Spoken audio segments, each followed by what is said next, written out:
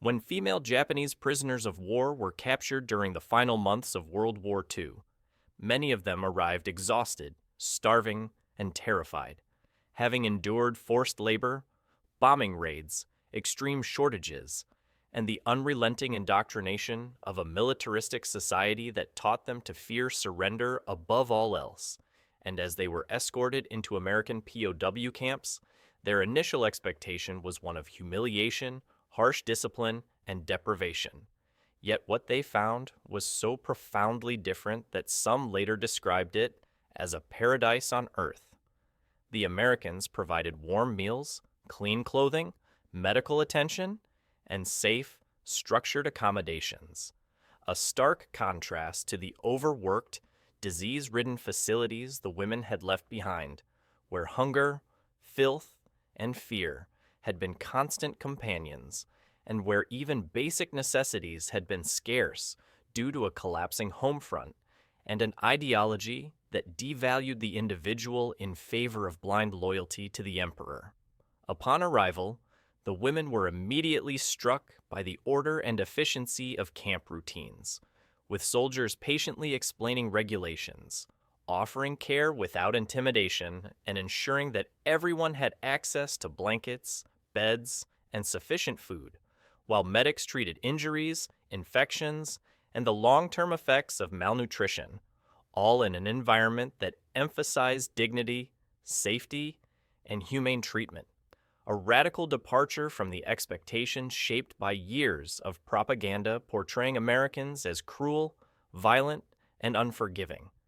The psychological impact was immediate, as the women began to realize that surrender did not result in punishment, abuse, or shame, but in protection, sustenance, and respect. And as they explored the camp, accessed libraries, participated in organized activities, and were able to rest and regain their strength, many quietly reflected that this reality was so unlike anything they had experienced in Japanese military facilities that they used the phrase "paradise on earth" to describe it, capturing both amazement and relief in a single expression.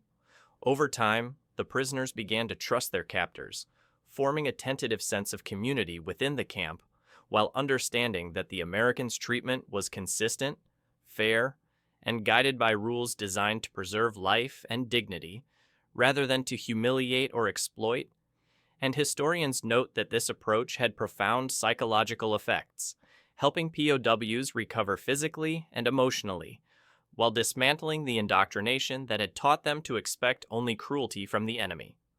Beyond basic needs, the women were given opportunities for education, recreation, and social interaction, from reading and letter writing to light labor and safe conditions, reinforcing a sense of normalcy and autonomy, and allowing them to begin processing the trauma of war in a protected environment.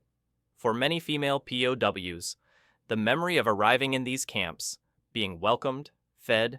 clothed, and cared for, and realizing that their captors treated them with consistent humanity, remained one of the most vivid and formative experiences of their lives. A reminder that in the darkest moments of war, acts of compassion, organization, and respect could create spaces that felt not merely safe, but extraordinary, almost paradisiacal.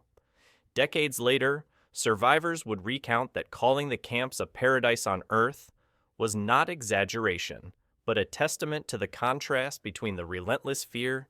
deprivation, and indoctrination of Japanese-controlled facilities and the order, provision, and ethical care of the American POW system, illustrating how, even amid global conflict, humane treatment could restore hope, dignity, and faith in humanity, and leave an enduring impression that transcended national boundaries, propaganda, and the horrors of war itself.